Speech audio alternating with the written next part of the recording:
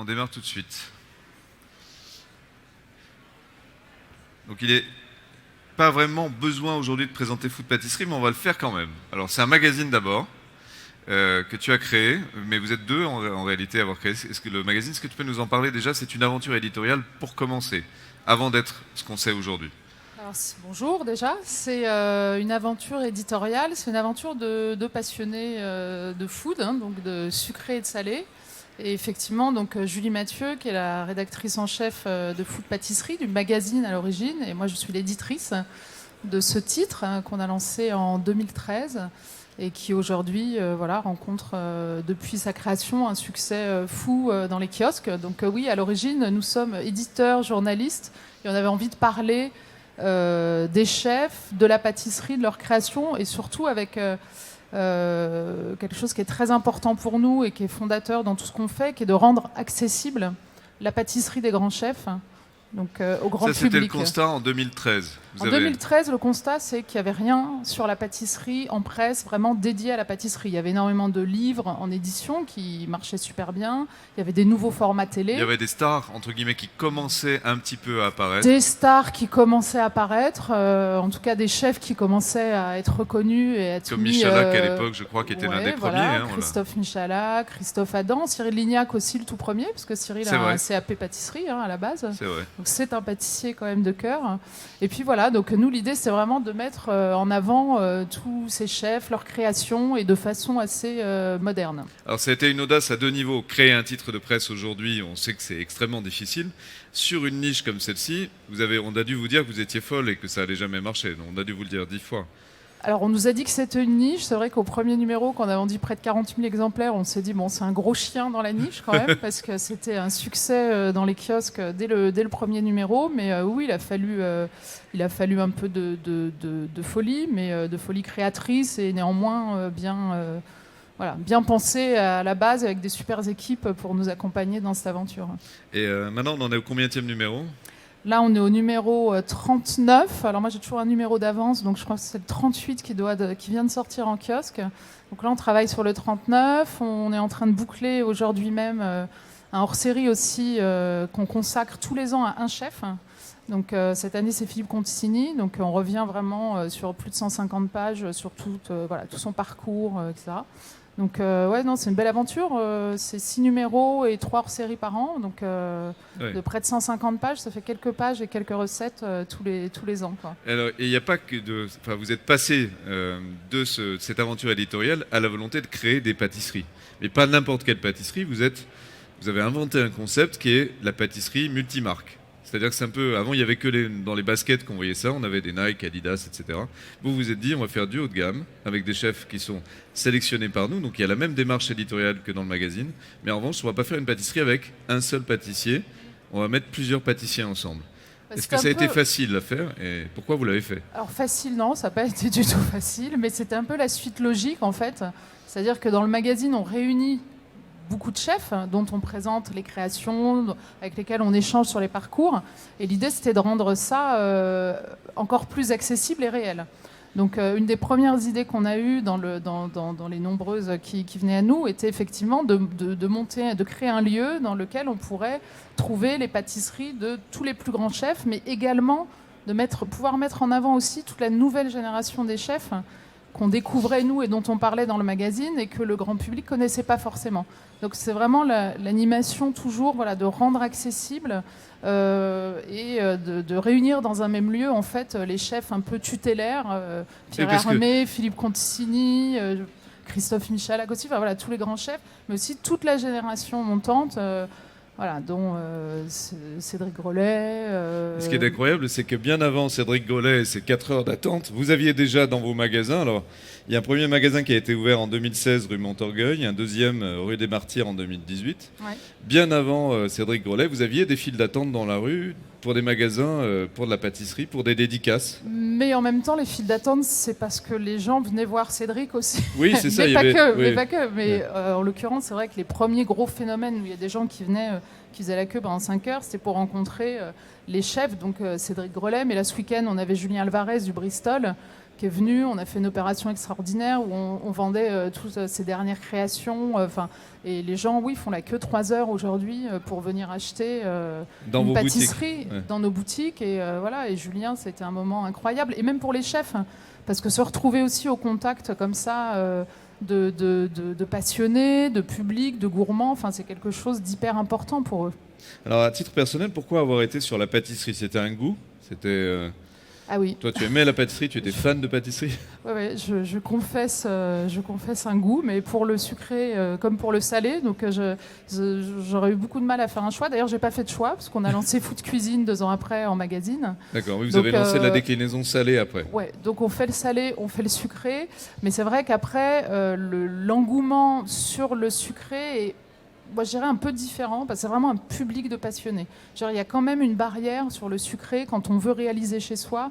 Il y a quand même une barrière technique pour réaliser, en tout cas nous, les desserts qu'on présente, qui est énorme. Hein. C'est-à-dire qu'il ne faut pas se mentir, si on n'a pas le matériel, si on n'est pas un peu connaisseur, c'est quand même assez compliqué de sortir de belles choses. En revanche, si on s'y intéresse vraiment, et nous, c'est ce à quoi on sert aussi, hein, c'est l'usage de notre magazine aujourd'hui, c'est effectivement, voilà, ça peut être tout à fait, ça apporte beaucoup de satisfaction, je pense, et c'est pour ça aussi qu'il y a un gros sujet et gros succès sur la pâtisserie aujourd'hui. Toi, tu as travaillé sur le magazine avant de Cyril Lignac, donc c'est un intérêt très ancien. C'était comment de travailler avec Cyril Lignac sur un magazine à une époque où tout était à construire, à défricher? On parle d'avant 2013. Donc on parle de 2007, mars 2007, on a lancé un magazine qui s'appelait Cuisine by Lignac. Effectivement, j'étais allée voir Cyril au moment où il cartonnait sur M6, ça commençait. Et on s'est associés pour lancer un magazine qui était un magazine assez novateur dans l'univers de la cuisine. Et ça a été une aventure géniale parce que voilà, c'était les débuts. On accompagnait un chef dans les débuts de sa médiatisation aussi. On a été un support important, qui a été un énorme succès. Et j'en garde un souvenir génial. Et d'ailleurs, on continue à travailler avec Cyril Lignac aujourd'hui puisqu'il est présent avec son baba et l'équinoxe dans nos boutiques. Ah oui, si on parle des gâteaux que vous avez aussi aidé ou contribué à faire connaître, il y a le cake Ispahan de Pierre Hermé qui est en boutique. Tout à fait. Le feel good de Philippe Conticini, le club fraisier de Jonathan Blot, l'éclair de Karl Marletti, les grandes tartes de Hugo et Victor, le baba au rhum de Cyril Lignac. Oui, et c'est une offre qui est renouvelée sans cesse, c'est-à-dire que tous les mois pratiquement, à part quelques icônes qu'on a du mal à retirer de la carte parce que les gens nous les demandent, mais sinon c'est une offre qui est travaillée en permanence. Alors comment vous travaillez pour Alors est-ce qu'il y a une chasse aux pâtissiers? Est-ce que vous parcourez la France en essayant de trouver des nouveaux pâtissiers, ou en tout cas Paris pour l'instant? Ouais. Est-ce qu'il y a une chasse à ça, à la nouveauté, à la création? Est-ce qu'on vous signale des nouveaux talents? Tiens, elle est pas mal, dans tel palace, tu devrais aller la voir. Comment se passe le casting en quelque sorte? Alors on n'est pas très chasseur dans l'âme. Néanmoins, on est sur le terrain en permanence, puisqu'avec le magazine, tous les mois, on alimente avec des contenus. Donc on est en permanence avec les chefs, les équipes de la rédaction et Julie Mathieu notamment. Et Julie s'occupe aussi de la programmation des boutiques. Donc elle, les chefs, elle les connaît, elle vit avec eux. Vous goûtez toutes les créations? Presque 24 heures sur 24. Elle goûte tout. Donc c'est vrai que ça permet comme ça... C'est le meilleur métier du monde, on est d'accord. Ah c'est un métier extraordinaire. Hein. Non, mais nous, on a une chance inouïe tous les jours. Quand on est passionné par ça, de pouvoir partager au quotidien, même tout le travail de réflexion. Et aussi le parcours des chefs. Il y a des chefs qu'on suit depuis maintenant 6 ans. Qu'on a vu grandir, qu'on a accompagné, avec lesquels on a beaucoup échangé sur leur création, sur ce qu'ils souhaitaient faire, etc. Comment vous avez vécu cette montée en puissance des chefs pâtissiers qui deviennent un peu des stars aujourd'hui? Vous l'avez un peu fait d'ailleurs, c'est un peu votre travail à vous aussi. Aujourd'hui, ils ont le meilleur pâtissier, ils ont des émissions où finalement ils apparaissent comme dans Top Chef, très starifiés. Et Grolet aujourd'hui a effectivement des gens qui l'attendent devant sa boutique depuis la veille au soir. Comment vous expliquez ça? Vous avez un peu contribué, beaucoup même contribué à ça, mais nous on est un amplificateur en fait, hein. On est un média, donc on est là pour mettre en avant, mettre en valeur. Comment on explique ce goût pour les pâtissiers? La base c'est le travail du chef, c'est le talent quoi. Enfin, je veux dire aujourd'hui l'engouement il est autour de chefs qui font quand même un travail extraordinaire, qui renouvellent en permanence. C'est une génération. C'est des gens aussi, il y en a certains, c'est une revanche presque sociale, quoi, qui on a n'a pas arrêté de dire quand ils étaient adolescents ou plus jeunes encore qu'ils Ouais, étaient bons à rien. C'est ce qu'on a dit à Cédric Grolet, mais faire pâtissier, c'est rien, pourquoi tu veux faire ça, c'est une perte de temps. Il a un parcours, on a fait un hors-série qu'on lui a consacré l'année dernière, où il raconte justement son parcours personnel, c'est incroyable, quoi. Enfin, voilà, il a vécu dans des conditions, alors après il n'y a pas de misérabilisme, etc. Je pense que c'est quelqu'un qui a une volonté, une force intérieure énorme, mais il y en a d'autres, hein. Enfin, je veux dire, Philippe Conticini, c'est pareil, Christophe Michalak aussi, hein. Ils ont trouvé en fait dans la pâtisserie les clés d'une vie réussie, quoi. Et nous, on est juste, voilà, on met ça en avant, on est un amplificateur de cet élan, quoi. Et pourquoi le public aime ça aujourd'hui? Pourquoi il y a cette passion de la pâtisserie? Pourquoi ça fait du prime time sur M6? Comment vous... Faut leur demander. Comment vous expliquez moi, ça? je pense que c'est le besoin aujourd'hui assez impérieux de faire les choses. C'est-à-dire qu'on est dans un monde totalement dématérialisé. Bon, c'est ce qu'on dit, hein, on est dans un monde assez dématérialisé, on manie en permanence les concepts, les chiffres, les grandes idées, etc. Je crois que le bénéfice, la satisfaction qu'on tire de faire quelque chose de ses mains, c'est quelque chose qui est incomparable, qui nous raccroche un peu à l'essentiel, je pense aussi, et en ce sens-là, qui est accessible à tout à chacun. Avec on peut s'identifier au pâtissier, au cuisinier. On peut s'identifier, on peut rêver, on va briller aussi en famille. C'est des moments de partage après. C'est des moments de plaisir, c'est des moments de partage. Donc c'est vraiment. Enfin, je pense que ça réunit tellement de possibilités de satisfaction qu'en ce sens-là, c'est assez unique. Et sur la pâtisserie des chefs en particulier, donc nous, celle qu'on promeut et celle qu'on met en avant, c'est aussi un luxe très accessible aujourd'hui. C'est un luxe accessible. Très accessible. Hein. Nous, on a fait le choix de proposer toutes les pâtisseries individuelles au même prix. À 6,50 €. 6,50 €. Donc, on voulait absolument pas. Donc, il y a des chefs qui sont chez nous vendus un peu moins cher que chez eux, d'autres un peu plus cher.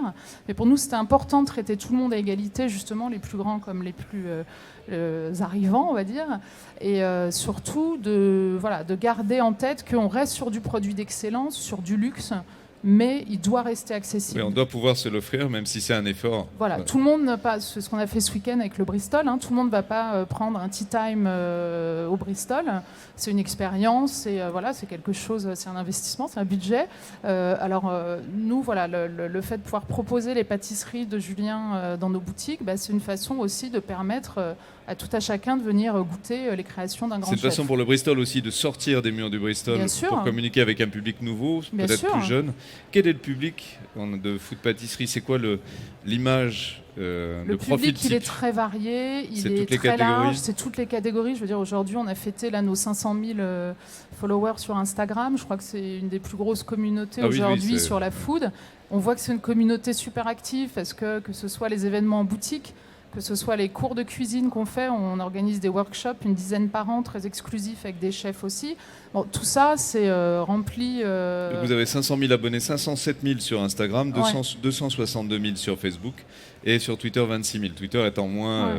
Oui, donc on réunit une collectivité de 800 000 personnes. Donc tous âges, tout le monde se passionne pour la pâtisserie en France. On a effectivement des très jeunes qui sont passionnés, qui veulent ou pas en faire leur métier. Qui veulent devenir eux-mêmes pâtissiers. On a des amateurs, on a aussi des gens qui sont en reconversion, on a du grand public. Ça concerne vraiment aujourd'hui, nous on le sent, on le voit, physiquement dans les boutiques, une population très très large. Oui, qu'on a vu dehors, derrière la boutique de Cédric Grolet ou devant la boutique de Cédric Grolet. Aussi, oui, l'ouverture magnifique de Cédric cette semaine. On a la même public devant chez vous, sauf que ça fait pas la une forcément des journaux, mais il y a ça quasiment chaque week-end quand vous faites un événement. Il y a vraiment sur les événements, oui. D'ailleurs, ce samedi, Cédric était dans sa nouvelle boutique Avenue de l'Opéra, il dédicaçait son livre. Et chez nous, donc, il y avait Julien Alvarez. Et c'est pareil, on avait dû organiser les queues avec c'était Paris, c'était pas les gilets jaunes, c'était les amateurs de pâtisserie qui prenaient la rue, quoi. Est-ce que les chefs ont accepté facilement deux choses? La première qui est d'être à côté d'autres créations, d'autres chefs. C'est pas évident, forcément accepté. Puis de venir dédicacer en quelque sorte leur pâtisserie, c'est quelque chose que c'est un format que vous avez inventé. On voyait pas de chefs dédicacer leur création avant. Là, ils viennent rencontrer leur public. Est-ce que ça a été simple? Est-ce qu'il a fallu convaincre? Alors eux adorent ça. Donc quand ils trouvent le temps entre leur labo, etc., eux, ils adorent ça. Hein. Ils n'ont jamais cette occasion-là. Donc pour eux, c'était une opportunité formidable. Donc oui, ils étaient plutôt très partants. Après, au début, de convaincre tous les chefs de venir effectivement Dans la boutique, ça n'a pas été simple, mais heureusement, on avait le magazine qui était déjà là depuis 2 ans, 3 ans, donc on avait réussi à tisser quand même un réseau suffisamment important. C'est le phénomène communautaire qui fait que ça s'est produit aussi. Voilà, et puis il y a des chefs aussi un peu emblématiques, donc qu'il était important d'avoir avec nous. C'est vrai que quand Pierre Hermé, un des premiers, nous a dit « Moi, je trouve votre idée formidable et j'ai envie de vous suivre, d'en être et de supporter », c'est vrai que tout de suite, ça entraîne pas mal de chefs derrière. Oui. Alors 2 questions pour terminer. La première, c'est est-ce qu'on aura des boutiques food-pâtisserie partout en France demain? Est-ce que c'est envisageable? Parce que pour l'instant, c'est parisien, mais je sais que moi, j'ai beaucoup d'amis en province qui me disent mais pourquoi j'ai pas un food-pâtisserie à Colmar, à Strasbourg, à Nantes, à Marseille? Alors pour l'instant, c'est parisien. À Monaco, peut-être demain? Pour l'instant, c'est parisien parce que les chefs sont à Paris. Donc, étant donné que nous, on est sur l'ultra fraîcheur, c'est-à-dire que les chefs fabriquent dans leur labo et nous livrent tous les matins. Donc on est sur la partie pâtisserie fraîche. Après, on a toute une offre d'épicerie sucrée, là effectivement, qu'on travaille plus en amont et qui est moins en flux tendu. Mais sur la production aujourd'hui, c'est du flux tendu. Donc demain, effectivement, nous on a envie, nous on fait rayonner, on dit l'excellence de la pâtisserie française. Donc la faire rayonner en province, on serait ravis de le faire. On serait ravis d'emmener avec nous les chefs qui ne peuvent pas tous ouvrir des boutiques à droite à gauche tout seuls. Donc c'est effectivement des choses mais c'est complexe au niveau de la fraîcheur et de la livraison. L'idée, c'est vraiment de réfléchir au modèle, là, logistique, j'ai envie de dire, plus qu'économique, parce que le succès à Paris a été très rapidement au rendez-vous et j'ai pas trop de doutes sur la province. Ah, je confirme, il y a une attente en tout cas. Voilà, maintenant, à nous de trouver les bonnes conditions pour le faire, en gardant ce niveau de qualité et puis aussi cette possibilité de renouveler l'offre en permanence et de pouvoir comme ça toujours travailler de concert avec les chefs. Et dernière question, faites-nous rêver un peu, quelles sont les tendances que vous observez en pâtisserie? On avait hier Alix Bornon qui propose des pâtisseries adaptées aux diabétiques. Elle explique que 80% de ses clients ne sont pas diabétiques mais veulent réduire leur taux de sucre. Est-ce que ça fait partie des tendances? Alors on va dire plus dans la composition. Est-ce qu'il y a des tendances de design, de création que vous observez? Est-ce qu'il y a des...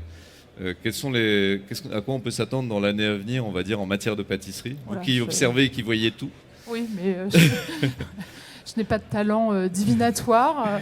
Là, on est très occupé par les fêtes en ce moment. Moi, je trouve qu'il y a eu toute une période un peu de déconstruction, de restructuration, justement d'essayer d'inventer des concepts, etc. Moi, j'ai plutôt l'impression qu'en fait, les chefs aujourd'hui ont envie de se réapproprier plutôt les recettes un peu traditionnelles en travaillant sur les ingrédients. Et nous, on a beaucoup travaillé, on a beaucoup œuvré à ça dans les échanges avec eux, dans les discussions. Je pense qu'il y a une vraie grosse tendance de fond qui devrait s'amorcer en pâtisserie, comme ça a été le cas sur le salé il y a quelques années, qui est celle du sourcing produit, du choix des produits avec lesquels on travaille et de la qualité de ces produits. Voilà. Et de sortir justement, et ça c'est vraiment amorcé et c'est un mouvement génial, de sortir des colorants, des conservateurs, etc., qui ont en pâtisserie quand même été très présents pendant longtemps. La vraie tendance de fond, c'est celle-là. Et ça, c'est une tendance qui va durablement s'installer. On va dans ce sens-là. Après, oui, il y a des initiatives, par ailleurs, qui correspondent à des attentes plus particulières, du sans gluten, du sans sucre, etc. Du végan. Mais voilà, moi, je dirais en tendance de fond très grand public, je pense qu'on va aller sur le sourcing une des qualité produits, de produits. la qualité, voilà, et un retour vers une forme d'authenticité. Impérative aussi en pâtisserie, comme ça l'a été en cuisine. Merci beaucoup. On va vous applaudir déjà. Merci. Est-ce qu'il y a des questions dans la salle pour Food Pâtisserie? Pas de questions? Merci beaucoup Muriel. Merci à vous, bientôt. Merci.